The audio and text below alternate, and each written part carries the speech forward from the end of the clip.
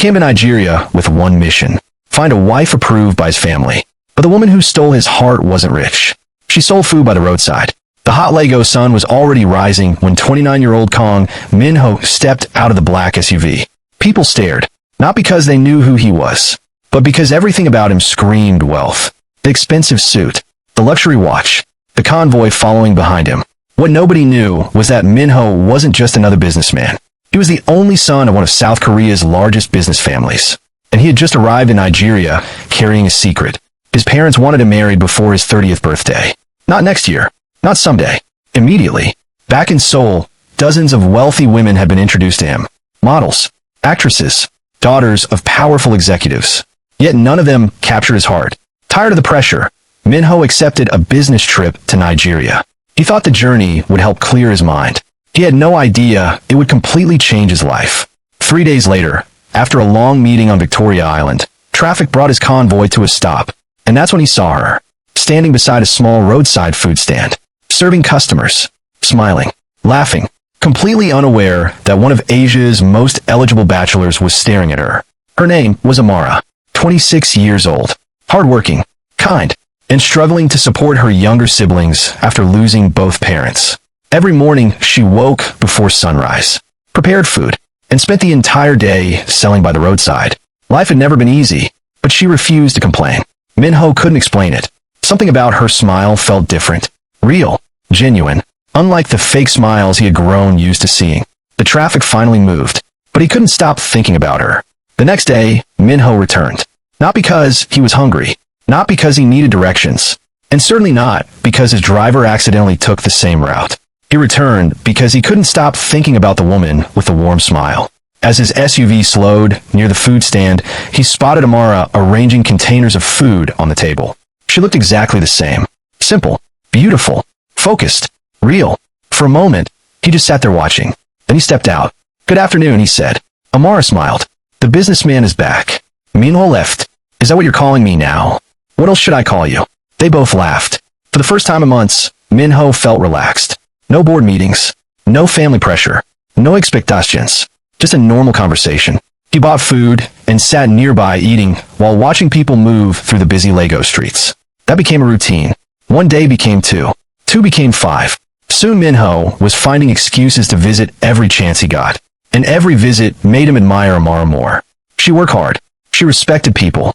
She helped elderly customers carry their bags. She gave free meals to children who couldn't afford food. She wasn't trying to impress anyone. That was simply who she was. What Min-ho didn't know was that Amara was beginning to notice him too. Weeks passed. One evening, rain started pouring unexpectedly. Most customers rushed away. Amara struggled to move her things under shelter. Before she could lift a heavy cooler, Min-ho grabbed one side. "Let me help." Together they moved everything inside. By the time they finished, both were soaked. Amara laughed. "You don't look like someone who is used to this. What makes you say that?" She pointed at his expensive shoes. "Those shoes cost more than everything in my shop." Min-ho froze. For a second, he wondered if she knew who he really was. But she simply laughed again.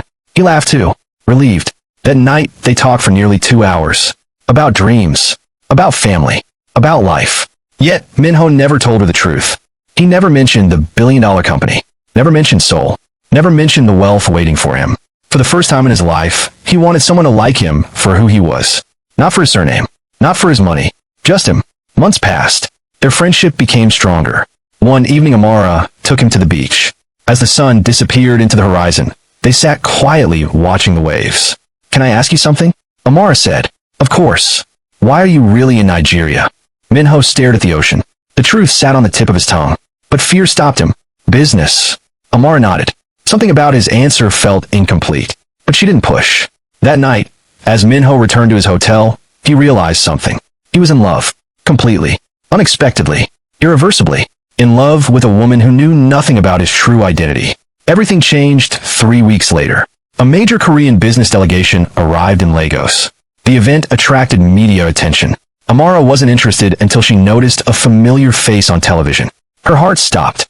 There he was, standing beside government officials, wearing a tailored suit, surrounded by security.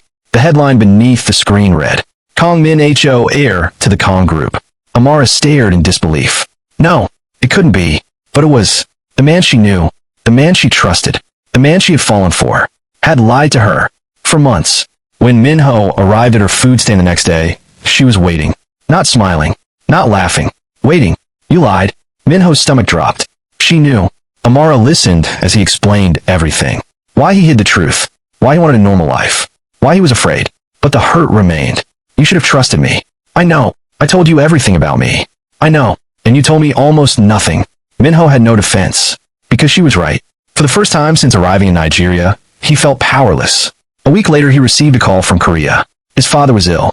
The board wanted him home immediately. His family had also arranged meetings with potential brides. The message was clear. Return home. End this relationship. Do your duty. The night before his flight, he went to see Amara. Neither of them knew what to say.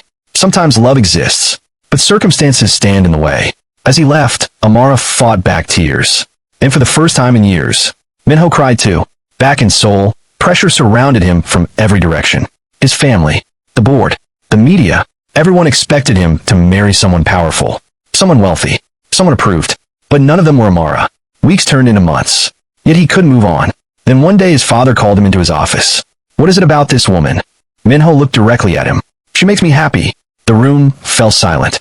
His father had expected many answers. Love wasn't one of them. 3 months later, Amara was serving customers when a familiar black SUV stopped nearby. Her heart immediately recognized it. Before her eyes could, the door opened, and Min-ho stepped out. This time there were no secrets, no lies, no pretending. He walked directly toward her, then knelt on one knee. The entire street froze. Customers stopped eating. Drivers stopped walking. Everyone watched. Amara, he said, you loved me when you thought I was ordinary. You loved me before you knew my name. You loved me before you knew my money. And that's why I know your love is real. He opened a small box. Inside was a ring. Will you marry me? Amara burst into tears. The happy kind. The kind that comes after pain. The kind that comes after waiting. The kind that comes when love survives every obstacle. Yes. The crowd erupted. Cheers filled the street. And somewhere in that moment, two completely different worlds became one. Sometimes love doesn't come from the people the world expects. Sometimes it arrives from another country, another culture, another life entirely. And when it does, the only choice left is whether you're brave enough to follow it. If this story touched your heart, there are many more unbelievable stories waiting for you on this channel. Subscribe now so you never miss the next one, and tell me in the comments, would you have made the same choice?